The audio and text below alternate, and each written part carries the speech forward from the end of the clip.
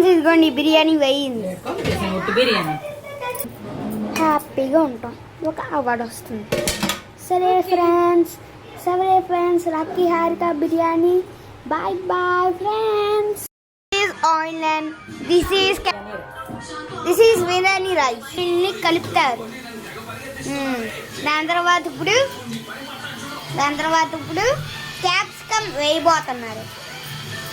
ఆ కొంచెం ఆనియన్ మిగిలిపోయింది. మళ్ళీ ఇక్కడ క్యాప్సికమ్ వేయబోతున్నారు. వేసేసారు కూడా. ఇప్పుడు ఏంటి అవన్నిటినీ వేసిస్తున్నారు. నిజంగానే వేసేస్తున్నారు. ఇలా కలుపుతారు చూడండి. ఫ్రీ టైంలో ఉంటే మీరు చేయొచ్చు. ఇదిగో లక్కీ హారిక వండుతున్నారు.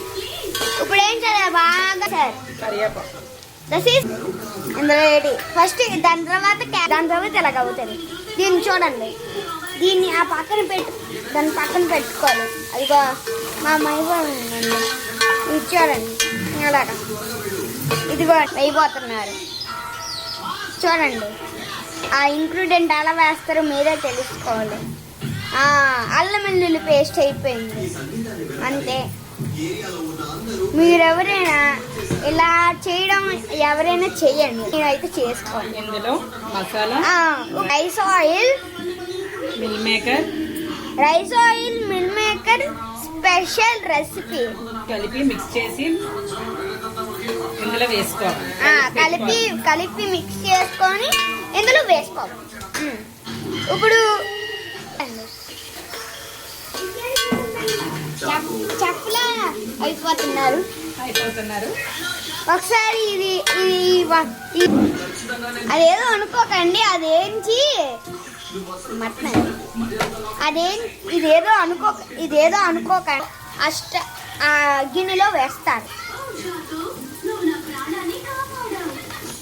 అంటే మీకు ఇంగ్లీష్లో ఉన్న వాళ్ళకి మీరు షేర్ చేయండి. అది కూడా టేస్ట్ నుంచి రెసిపీ ఇందులోకి వేసుకున్నారు.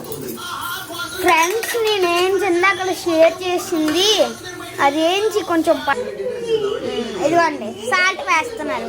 ఇందాక సాల్ట్ వేయడం మర్చిపోయారు దీంట్లోనే. దాని తర్వాత మటన్ ఏంచి వేసుకుంటున్నారు. అంటే ఇప్పుడు ఏంచి కారం మసాలా వేసుకున్నది కలుపుకుంటున్నారు. మిక్స్ చేసుకుంది. దాని తర్వాత కారం వేసారు కొంచెం. దాని తర్వాత అక్కడే కలుపుతారు చూడండి. మీకు నచ్చచ్చు ఫ్రెండ్స్, కానీ మీరు ఇది చేసుకోండి. అది కొంచెం చూడండి ఎలా శాతం వచ్చింది చూసారా. ఓ వాట్ స్మోక్ చూసారా ఎలా వస్తుందో. మళ్ళీ వేసారు అయినా ఇప్పుడు స్మోక్ రాలేదు. అంటే నిండిపోయింది చూడండి. మీకే this is filled. This is my sister జాషియా.